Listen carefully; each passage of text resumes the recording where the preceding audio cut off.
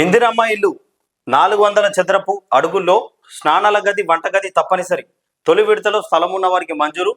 4 విడతలో 5 లక్షలు. మంత్రి పొంగులేటి శ్రీనివాసరెడ్డి చెప్తా ఉన్నారు. ఇక త్వరలో ఇందిరమ్మ ఇల్లును ప్రకటించే అవకాశం ఉన్నదట. ఫస్ట్ విడతలో ఎవరికైతే స్థలం ఉంటుందో మరి వాళ్ళకు 5 లక్షల చొప్పున 4 విడతలో అందిస్తారట. మొదటి విడతలో స్థలం ఉన్న వారికి ఇందిరమ్మ ఇల్లు మంజూరు చేయనున్నట్టు రెవెన్యూ గృహ నిర్మాణ శాఖ మంత్రి పొంగులేటి శ్రీనివాసరెడ్డి వెల్లడించారు. లబ్ధిదారుడు 400 చదరపు అడుగుల్లో ఇల్లు నిర్మించుకోవాలన్నారు. అందులో స్నానాల గది వంటగది తప్పనిసరిగా ఉండాలని పేర్కొన్నారు. సో ఈ ఫస్ట్ విడతల భూమున్నోళ్ళకి ఇస్తారట. కానీ ఖచ్చితంగా అందులో స్నానాల గది, ఈ బాత్రూమ్, వంటగది ఇవన్నీ ఉంటేనే మరి అది మంజూరు అవుతాయట. 5 లక్షల ఏవైతే మనీ ఉంటుందో ఆ డబ్బులు 4 విడతలలో అందజేస్తారట.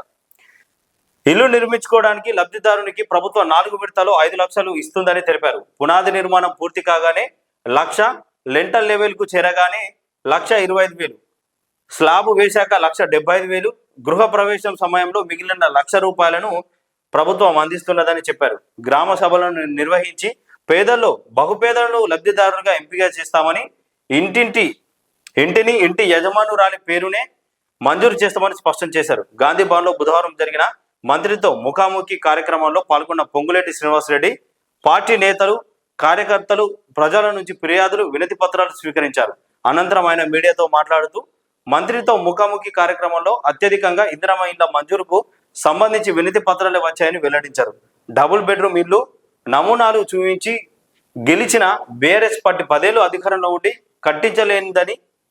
కట్టించలేదని విమర్శించారు. అలాగే ధరణి సమస్యలు, రుణమాఫీ తదితర అంశాలపైన వినతులు వచ్చాయని చెప్పారు.